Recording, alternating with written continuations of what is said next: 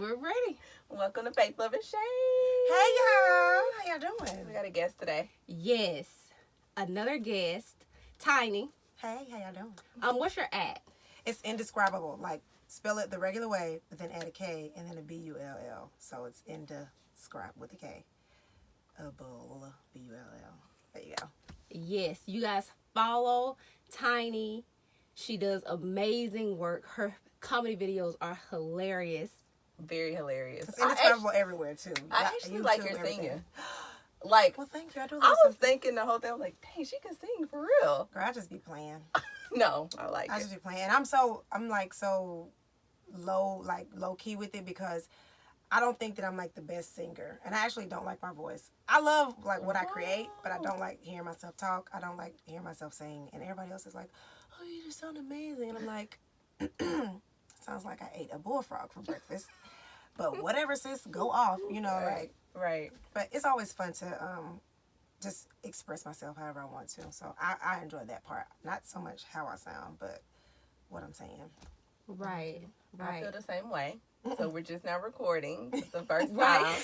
And I feel like I look crazy. I'm like, this is awkward. Girl, you got it, girl. I hope that you guys don't laugh at me too much. Right. It's definitely a different vibe than when we're just hearing with the mic. Right. This light is bright. The camera makes you self-conscious. It makes you think, like, you had all the confidence in the world before somebody said action. And now you're like, Exactly. everyone can see me. Everyone is looking at me. And I kind of had to, like, grow out of it because it was like, it's everybody has that feeling. It's nothing new. It's just kind of a, it's like, now I know the attention is on me.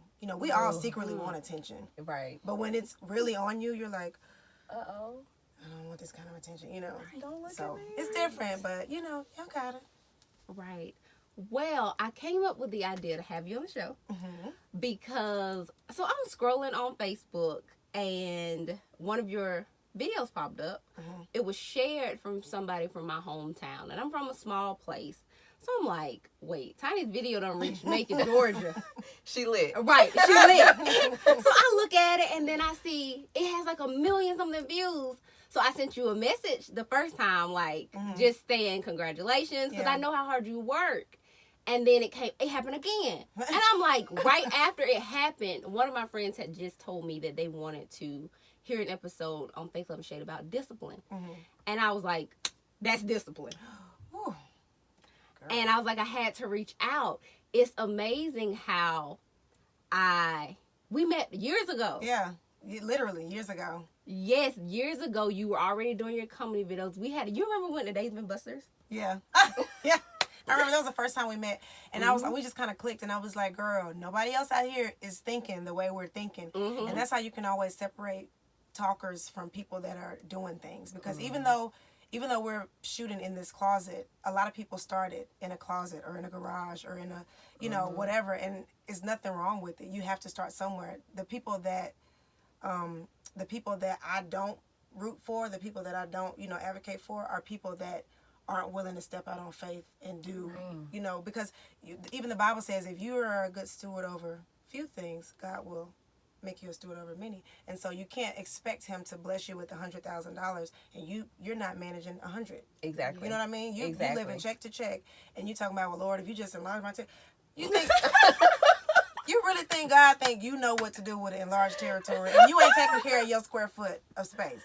Wow. So you really, and that's a lot to do with dedication, and I struggled for a long time with consistency because I would allow what other people said about me to make me feel a certain way about who I was, and at the end of the day, it really don't matter.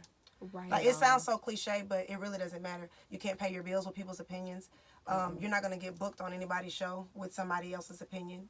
It's about what you're doing, and so you have to kind of just focus in on what you're doing and tune everything else out, because it don't matter. Yes. Yes. That's great advice. That's Yes. like my thing that holds me back the most. I'm like, I'm worried about how people are going to perceive this. Like, I can't believe she's trying to be in front of a camera. You know what I'm saying? And meanwhile, what are they doing? Exactly. So And that's why their opinions don't matter. So we love Look her already. how it comes full circle. That's why their opinions don't matter. Because people that don't have the guts to try the things that you're doing, they'll sit back from their small hometown and they'll critique the way you do this, how you say, and what you look like. And the whole time, they have accomplished nothing. And so you can't let people that are doing that distract you from, it's your vision. If it's something that God placed in your heart to do, you can't get caught up in what somebody else is saying, because he ain't told them what he told you. You know what I'm saying? Amen. And you just got to accept that and keep it moving. And it's going to hurt. You're going to lose some people. Trust me. I done lost friends, family, the whole nine. And you have to, my constant prayer is, God, just give me peace with the transition, because some people you want to hold on to. Right. They've been your friend for 10 years. That's been your favorite cousin for 30 years. And if they're toxic, if they're pulling from you and never depositing, and if they're draining you spiritually, physically, mentally, whatever, you have to let them go. Yeah. You have to know how to love people and care about them from a distance and not take on all their BS. Because it's only going to stifle your creativity, and it's going to make you stagnant. So. Right. And I was talking to the same friend who asked for this episode last night about how when you have so much going on, when you're trying to build your own thing, or you got a family, in her state, none of that stuff matters. That ain't none of your business. Right. What everybody else is going through, if you feel that they're starting to put that on you, and you see that it's having an effect on what you got going on in your house, absolutely, you got to cut it. You literally can't afford. To be. I can't afford it. Nitpicking with folks about how they feel about what you're doing. Like, I'm not finna. No, I got other stuff to do. Right. That energy that I gave you with that negativity could have been put into songwriting, another podcast, another business or something. No, I can't do it. Exactly. So, I know you came here from far away. A land far, far away. As in Buckhead. It really was like a 30-minute ride. It wasn't that bad. No, I mean, Atlanta. Traffic was good, though. Traffic was decent. It wasn't that bad. I mean, Atlanta. Where are you originally from, I guess? I'm from Memphis. I was raised for about 8 or 9 years in Memphis, and then my family moved us to Mississippi. And I knew very early in life that I needed to change my environment. No disrespect to Memphis or Mississippi, because that's what made me. Just being real. But because you have people that pull at you. You have family, you have friends that want you to be hanging around doing the same things that they're doing. And I know you, I don't even have to know your personal life, but I know somebody that's been working at Walmart for 12 years. Exactly. They're not doing nothing. You know what I'm saying? And there's nothing wrong with you working at Walmart. Right. That's fine. But you can't be mad at me because I want something different. And, and I think that's where the conflict comes a lot of times. We try to judge people for wanting more, and we try to shame them for, oh, you're leaving people, you don't care about this, and you're not really from the streets. You're absolutely right. My family's from upper middle class. I don't know nothing about gangs, riding and dying. I don't do none of that. Like, I'm trying to actually build generational wealth and have something to pass down, as a legacy for my kids. And I don't want them to deal with things that I had to deal with growing up. And my parents will tell you the same thing. The way they work and how they move in life is because they want to afford us better opportunities. Right. So you shouldn't be ashamed of that. Right. Don't be ashamed to leave your hometown. You can always, planes exist for a reason. Exactly. I catch a flight, I see y'all at the barbecue. That's me all day, and you. We do the same thing. Girl, yes. You don't have to worry about us coming back. Right.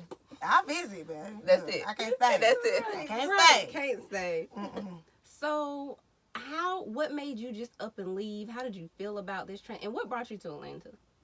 I mean, girl, it's Atlanta. Like, everything goes on in Atlanta. But it really is it's booming for film and theater and music, and just entertainment in general. And, I remember packing my things and thinking, what the heck am I doing? Because I didn't have a job. I was going to, I saved up some money. I was going to look for work when I came here. And I failed the first time. I make sure I tell people, I failed the first time I came to Atlanta. I was out here for about 9 months. I moved in with this girl. The relationship was weird. And it forced me I basically was down to nothing, and I had to start from scratch. So I went back home for about a year and a half, maybe. And then I got right back up on that horse, and I tried it again because I knew what God had told me. And it's nothing wrong with having to hit the reset button and getting your mind right. Because I'll be the first to tell people, when I came out here the first time, my mind wasn't in the right place. Right. I was getting followers on social media. I was excited. I was like, oh, yeah, I'm going to be famous. It's lit.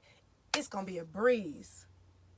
Came out here, it was anything but a breeze. Right. And I was like, okay, Geraldine, you need a plan. You can't rely on, these people that love you on social media, they're going to go as far as liking your video and sharing it. And popularity is not prosperity. Let me just tell you. Amen. Okay? 'Cause that's the word. You can't you can't rely on people's likes and shares. That's not where the money, you're not getting paid from that.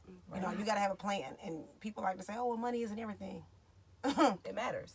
There's a scripture in the Bible that says differently. So let me just tell you that. It literally, Ecclesiastes says money is the answer for everything. And it's not saying it as if, you know, everything else be damned. I'm just going to get $1 and step on people, whoever I got to use in the process.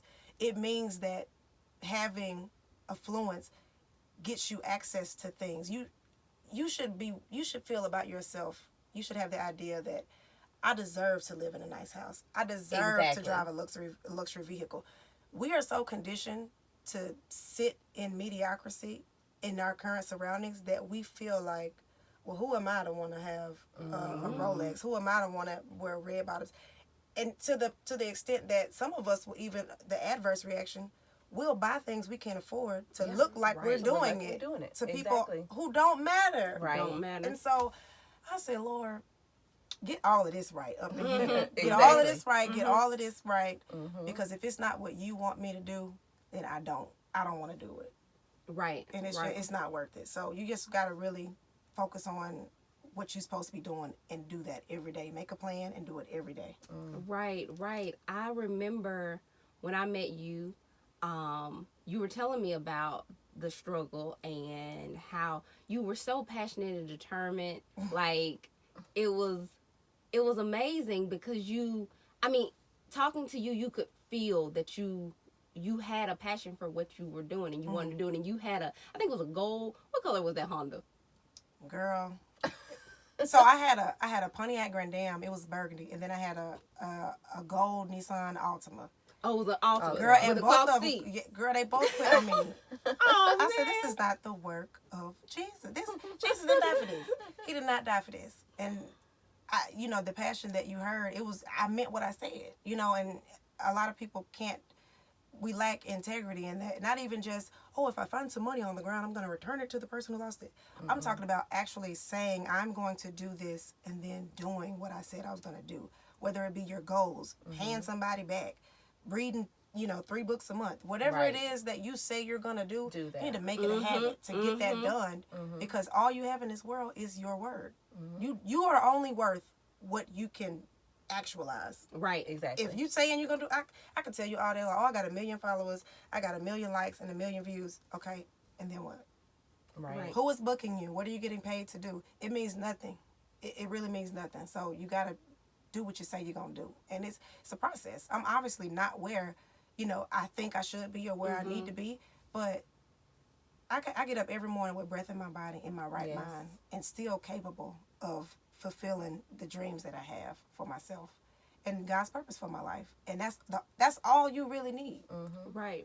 Just your heartbeat is enough to get up and say, you know what, I got one more chance to do it, and make the best of it. With all that has happened, especially you come in here one time, it not working out, that's a big one. You know how many people get hit with a no and they quit, and that's it, I'm finna go work at they Best fail Buy. and it's over. You was like, no, I'm coming back. Yeah, right. Because you're going to have to, Cardi B said, I get knocked down 9 times. I get up 10. Her math was a little off, but get up 10. I was like, no, I'm not going to let this defeat me. And even in a few weeks ago, like Facebook, somebody was making fake profiles, and Facebook shut my page down. Like, they revoked access to my page. And I was hurt because it's like 190,000 followers. And that's where I was getting the millions and the millions of views, and I was building up my other social medias. But I realized even that was all a blessing because I didn't have my own personal website where people could stream my stuff. And I didn't have like my own fan base outside of those social platforms that were given to me. And so when that stuff happened, I was like, you know what? I do web design. I sat down for like 24 hours and created my own website. And I got, I start building up my YouTube channel, and because that's another avenue where you can get paid for posting. And so I just said, you know what, God, I'm not going to be frustrated about it. I'm just going to take this opportunity to continue bettering myself, because this is something that I might not have done had this not pushed me into this situation. So you just got to take the good with the bad and keep it moving. Yep. What's the hardest part about keeping that mindset, being disciplined? keep going with the content. The hardest part is when you realize all your jokes ain't funny. All your notes don't sound good. You're not always that cute. Sometimes one eyebrow don't look like the other one. You know, your lace is peeling up. Your skin is dry. You know, you rusty sometimes. And it's like other people put you on this pedestal and then you're subtly reminded, I'm just a person, you know? And so the hardest thing for me has just been, you know, okay, Geraldine, you don't have no room to slack. You don't. You can't half do a video and be like, oh, people are gonna love this, because they will tell you. People gonna know. The numbers they're not gonna lie. You know what I'm saying? They're gonna be like, because this curl on the side, you know, it's not right. People on social media, they are better than private detectives. Girl. Like, they literally, and they be all in your business. Like, you post a little picture. Who is that? Is that so-and-so? And they'll tag them. And I'm like... Right. So how is that, though? Like, dealing with people that are always making comments about your life. Girl, how do you handle that? It's creepy and weird, first of all. Because I'm like, why are you so consumed with what somebody you don't know is doing that you have to... Like, people be really in the comments offended. Wow. And I'm like, all you have to do is unfollow me. That's but it. You would rather waste your time and energy to type a paragraph. And girl, I ain't read none of your paragraphs. Sis, brother, people, this is a PSA for everyone who does not like my content or disagrees with my opinions on my page. I ain't read nothing you said. I saw how long the paragraph was, and I deleted it. I didn't read that. I'm not reading it. Right on up out of there. And that's really how I treat them, in person, online, in any aspect, because I cannot afford to focus my time and energy on the two people that do not fool with me. I'm not going to do that. I'm going to give my effort and time. That's when you hit me up to do this interview, absolutely I'm going to come and do it, because that's a form of support. A lot of people ain't buying t-shirts. They're not liking posts. They're not sharing videos.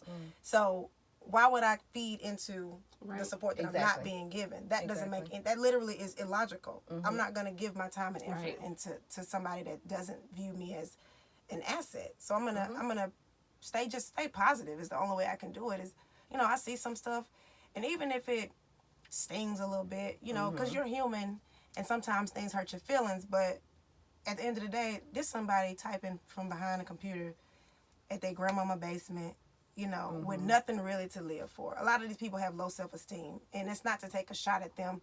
It's just that you have to know, just like you can have a bad day, a lot of people be having a bad day. Yeah. A lot of people be having bad lives. And they...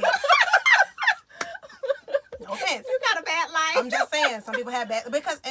And the hardest part is that it's because of the decisions that they've made. Exactly. Right? And so they're upset because you want to do something different, and how dare you, and who are you to, and...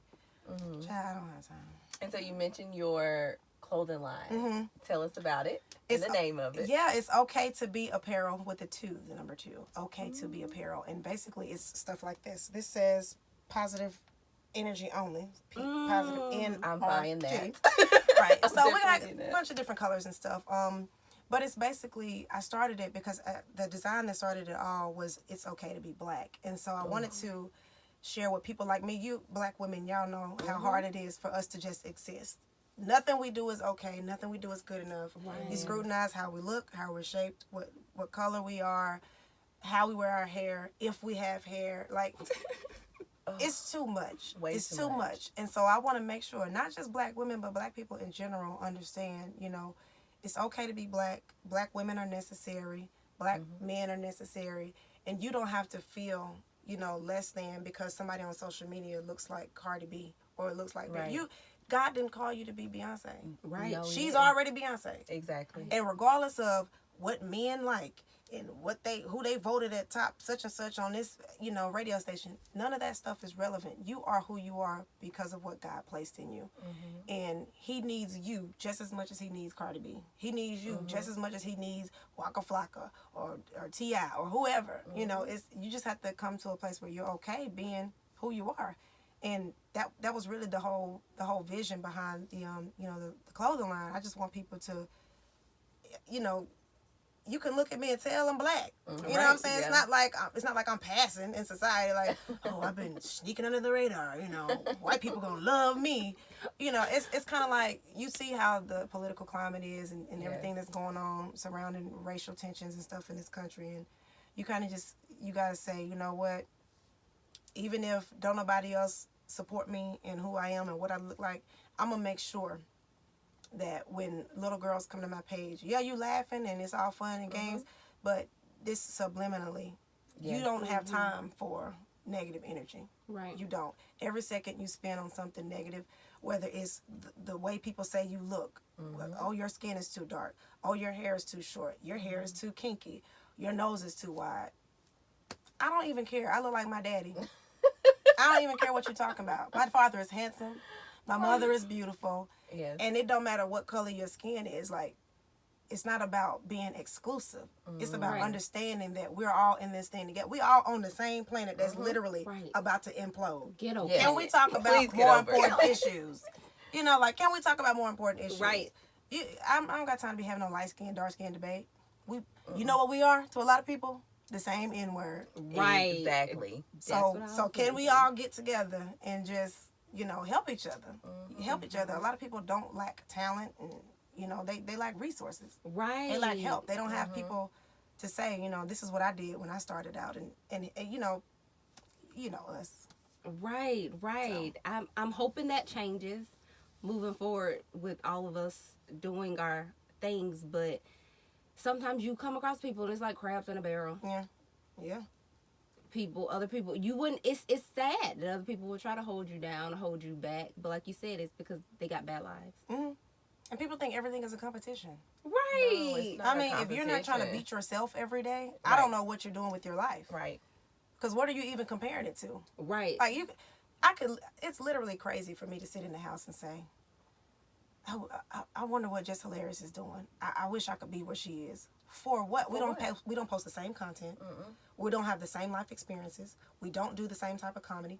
I'm a singer. She don't sing. Or you know what I'm saying? So why would I sit up in the house and be mad at this black woman getting a check?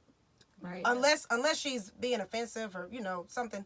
Why would I be jealous of that? You keep shining, doing what you're doing. Every show you get, we rooting for you. And we want you to represent us to the T. We want you to be clean and smooth when you do it. Because you speaking for, you know how they treat us, how other people treat us. Exactly. If one of y'all like this, all y'all like this. Yes. So I need you to be a good representation, because when I come along, they need to expect greatness from me as well. And that's how I move. Yep. Well, lastly, congratulations on your engagement. It's a fiance. And this ring is bad. It's a fiance. Yes, congratulations on your engagement. Thank you. How I noticed you keep your fiance out of the public life. How does he feel about that? It's funny to me because he doesn't really like being in front of, you know, cameras and stuff, but he does like public speaking. He's in real estate and credit repair and that's awesome. business funding. He's got like 4 or 5 businesses that he does. And we both kind of feel the same way about it. We make it a joke, you know, because when people said I popped up engaged, I'm like, he wasn't your business. Like, why was I supposed to take y'all during the dating phase with us? It wasn't your business. So it's now it's turned into like this running joke. It's like I'm gonna have his voice on the camera, and you might see his back, or you might see like the side of his head, but you don't even know who this man is. You know, he exists. He's real. You know? And so he will be even more real September 21st. Yes. I'm so close and ready. I'm ready for it to be over, Jesus. Wedding planning is stressful. I don't care what nobody say. The marriage is gonna be awesome. Planning this wedding is for the birds. I don't care what they told you growing up. It ain't true. It ain't true. Wedding planning is for the birds. Elope. Elope. Don't care what your family talking about. Elope. Okay. That's funny. Yes, you're a woman of God, and I know that having a decent courtship was always important to you. And when I saw you engaged, I was like, "Yep, she got it. Yeah, she got it." It don't matter how long it took because you already knew. It don't matter. Right. You have to. I mean, some people be dating for 10 years and then they get married and they're divorced in 2. Exactly. Some people get married after 6 weeks and they live happily ever after. I have a friend who has 4 children by the same man that she married after 2 weeks. That is amazing. And she's one of my best friends from elementary school. And so I think it was 2 weeks, maybe 6. I don't know. Girl, I don't mean to tell your business wrong. But, and I love their relationship so much because they they just stay committed to each other. You know, and I don't have to know all their private details. It's not my business. Is he a good man to you? Is he a good father to you? Exactly. And that's all that matters. Your mom's opinion, your dad's opinion, that stuff don't matter. My mama already found her happily ever after. And as much as I respect and value her opinion, if she told me I really don't like him and I don't want you to marry him, can you please suck it up for one day? Right. It's gonna get done. I love you, Mom. Suck it up for one day.